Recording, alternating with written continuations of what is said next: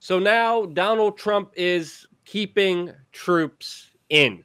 And that's why in this video, we're going to give you a full context view of the very confusing American foreign policy, as we just got an article that reads, Trump, quote, I agree 100% with keeping some U.S. troops in Syria, which of course is a major U-turn from what he has been promising, not only on the campaign trail, but also just 2 months ago when he said that there's going to be a full U.S. pullout. It's time to send the troops back. We've seen similar talk at CPAC, and now we have this news article. And the information comes, of course, from a bipartisan letter that was sent to him from senators and Congress members on February 22nd, which Donald Trump signed off on, saying, I agree 100%. The letter said, quote, we support a small American stabilizing force in Syria. Like, really? Come on now.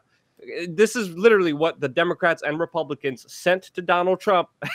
And it's ridiculous because, as Donald Trump has previously exposed, the United States wasn't stabilizing Syria. It was destabilizing Syria to overthrow the leadership there on behest of radical Islamic terrorists and other rebel groups that they wanted to take over, spread sectarian violence, and cause a horrific situation like we're seeing right now in Libya. That's a successful way. I mean, if you look at American foreign policy, there's no stabilizing at all, Jason. There's destabilizing, destruction, and now also the open slave market in Libya that we're seeing. Now, the legislators wrote, quote, we agree that a stabilizing force, which includes a small contingent of American troops and ground forces from our European allies, is essential to ensure stability and prevent the return of ISIS. Again, this is all laughable because if you know the true history here, the United States, Israel, Saudi Arabia, and Turkey have financed and thrown so much money, have bought so much oil, and sent so much arms into Syria that, of course, this predominantly ended up in the hands of radical Islamists, which grew to rise into ISIS, Al-Shabaab, Al-Nusra, and so many other terrorist groups out there. Now, Trump received this letter, of course, signed off on it. I agree 100%. But even before that, Jason, this wasn't news to us. We were talking about this at CPAC as Donald Trump, during his 2-hour-long, what seemed like 2 hours, I think it was an hour and 40 minutes exactly, but for an hour or 40 minutes, he nonchalantly said, yeah, we're just going to be keeping some of the U.S. troops in Syria after I promised a full pullout, which is absolutely staggering. And of course, just goes completely 180 degrees back from what he promised us.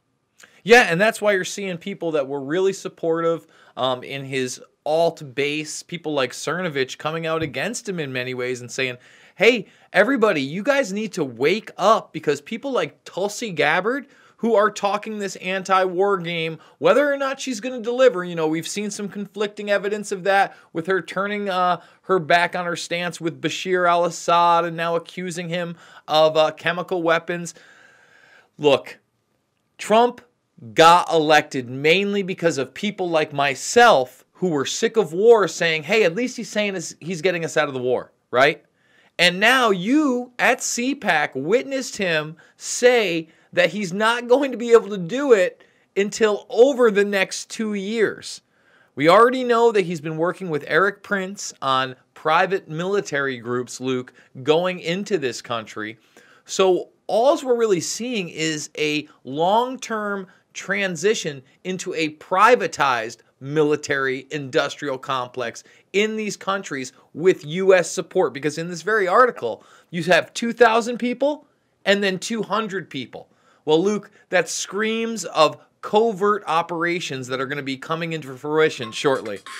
And that's a whole nother issue to get into, because Trump, even just moments ago, canceled the official reporting on civilian deaths that are done by, of course, U.S. drone strikes, predominantly done by, of course, the CIA. And right now, we're not going to get any reporting of the civilians, of the innocent people who were killed. And again, this is huge. This is a huge turn around, back turn against the American people from what they want, because the majority of the American people don't want war. The mainstream media wants war. The privatization is a good one. We're going to talk about that in a little bit, because again, the military hires contractors to do their dirty work, to do the torture, to do the protection, security, and assassination work, and private corporations can't be held accountable. And we do have to look at the larger component here, especially with Trump, of course, now hiding a lot of the key reports from us about these contractors that are going to be hired and are also going to be moving in. Because as we know, when we're talking about murder for hire here, U.S. military contractors are everywhere, and they're not on the side of freedom. They're on the side of big money, like they are right now in Yemen, fighting alongside the supposed U.S. coalition with Saudi Arabia and, of course, Al-Qaeda rebels. And it's been exposed, Jason. It's been exposed by even the Associated Press that the U.S. coalition goes into Yemen, pays off Al-Qaeda. He's like, hey, guys, you guys should get out of this territory. Okay, we'll give you some money. Literally, U.S. contractors are a part of this. Al-Qaeda leaves.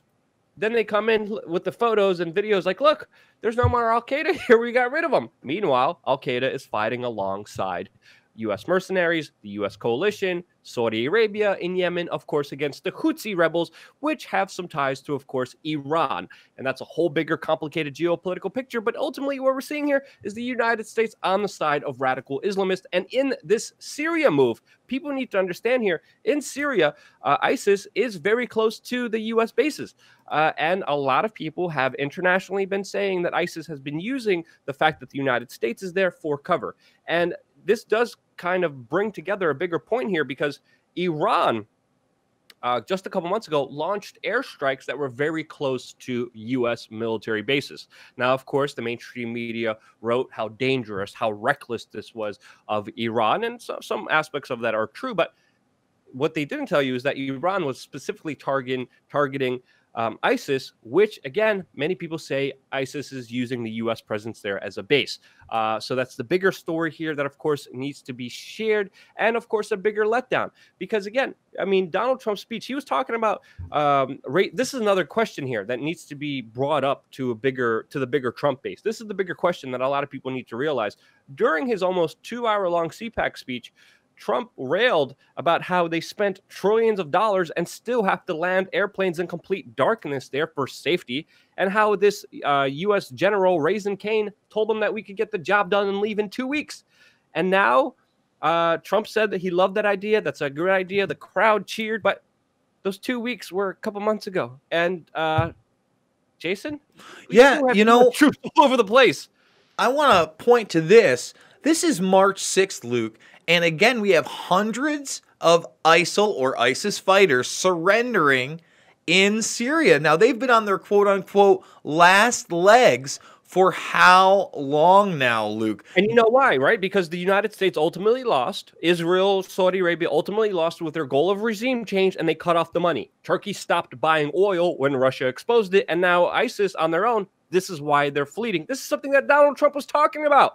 But I still don't see any point of keeping our troops in that region. Now, of course, some people bring up Turkey and the fact that Turkey wants to invade the Kurds. That could be one aspect. That could be kind of the bigger geopolitical mess here that could be rationalized and understood here. And the geopolitical situation with Turkey is also a very complex one, as, of course, the United States wants Turkey not to buy Russian missile defense systems. Turkey is teetering and playing off the Russian, Chinese, Iranian sides against, of course, U.S., Israeli, Saudi Arabian sides. But the bare bone bottom truth of all of this is that the U.S. participation in the Middle East does not benefit the United States. It's not making America great. It's not putting America first. It's putting Israel and Saudi Arabia first. And that's the bigger truth here that the mainstream media won't tell you. Absolutely, Luke. And you know what it is? The same old thing when you see Trump canceling reports on civilian deaths from U.S. drone strikes. You know, friendly drone strikes named MQ-9 Reaper drones. We name them such friendly things, and we know from past reports the large majority of deaths are civilian deaths. And that's after, over a decade ago, we as the United States labeled every fighting age male 16 and over as an enemy combatant, Luke. That's how bad these reports must be. Now, we know Barack Obama was called Barack Obama, and pretty much the bigger president who established this kind of authority to let the CIA and other intelligence agencies kill innocent people, sometimes including American citizens, which of course we were on the forefront reporting on. But let's be honest here, and this is something Trump supporters need to understand: the amounts of civilian deaths have actually increased under Donald Trump, especially in the Middle East. And that's a fact that people need to realize, especially with this bigger story that's unfolding, a very perplexing one. And again, there's a reason Tulsi Gabbard, Donald Trump, and all these people promise to bring the troops back, promise to do the right thing, and then don't. And that's because there's a lot more to these bigger, complicated issues than we know about. Turkey's one of them, but that's just our take on it. Anything else you want to say, Jason?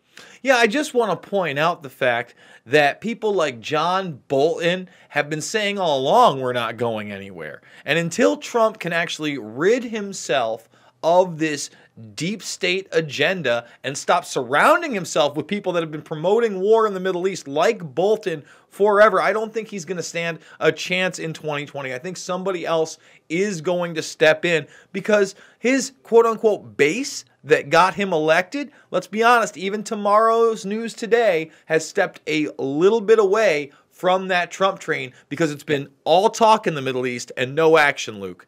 And let's be honest, what he says and what he does sometimes directly contradict each other. So people need to be clear. And the best way to get the clearer picture here, to actually get some reaction, is, of course, to openly talk about it. The mainstream media, pro-war, pro-blood, pro-conflict, will never talk about it. But us talking about it, us bringing up these issues, us letting them know that we know and that we care about this issue actually does make a difference. And that's why we do what we do here at youtube.com/We Are Change. We are support, we are donations, being independently funded, and at the same time, not catering to the left or right. Thank you so much for allowing us to have this very important responsibility for you.